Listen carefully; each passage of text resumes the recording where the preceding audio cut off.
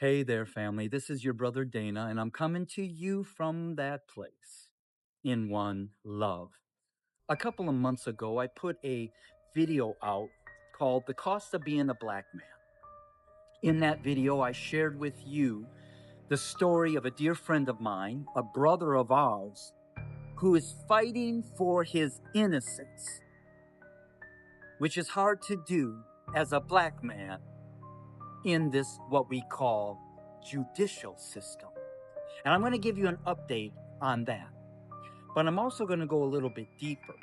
And I want to share with you how our very education system is closely connected and linked to the prison system for you, my black and brown brothers and sisters. So, an update on our brother. Our attorney shared with us this to ponder as we move forward. If we go to trial and he is found innocent, which he will be because he's innocent, this charge will remain on his record.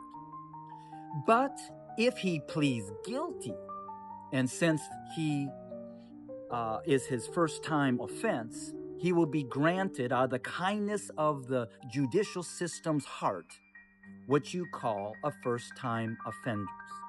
What that means is during his 1 year of probation, if he follows their rules, if he pays his monthly dues, if he doesn't get into trouble, after that year of probation, they will hide his conviction. Do you see what I'm seeing? If he fights for his innocence and he wins, this charge will remain on his record. So in the future, when he goes to apply for a position within the medical field, when they do their background check, this charge is going to come forth, which in most cases is going to eliminate him from that position. However, if he pleads guilty as an innocent man, the state will hide this charge. But for the rest of his life, one of his feet will be in the prison system. Because if he gets in trouble again, they will use this against him. I'm telling you, family, you can't make this stuff up. There's no win in situations like this when you're a black man. But see, it goes deeper. For almost 8 years, I was a restorative practices coach for Chicago Public Schools, where I oversaw and worked with almost 17 inner city black and brown schools. And my biggest fight was against the pipeline to prison syndrome. See, in 5th grade and then again in 8th grade, all of our students take this state exam. And yes, it's supposedly used by our education system to understand or know where our students are. So if they need to increase their reading skills or they need to increase their math skills so that these students will graduate, that's what they will do. It evaluates their performance. But see, there's another reason for it.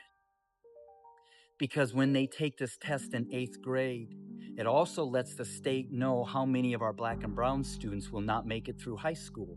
So therefore, it gives them an opportunity to prepare beds or build more prisons to accommodate our black and brown students. Because why? You as a black or brown individual in this society, in this nation, are more valuable in our judicial and correctional system. Each student at the time I worked for Chicago Public Schools was worth between $4,000 or $5,000 to the school. So that school was paid $4,000 or $5,000 like that to educate this student for those 9 months. Yet the same student in the juvenile detention center was worth between $10,000 and $13,000. The pipeline to prison syndrome. You, as a black brother or sister, are worth more in the prison system than you are in our society. Why? Because you are the modern day cotton in the modern day cotton fields called the prison system. Family, you can't make this stuff up. But the only hope that I and you have is that you, my black brothers and sisters, are the true Hebrews of the Bible.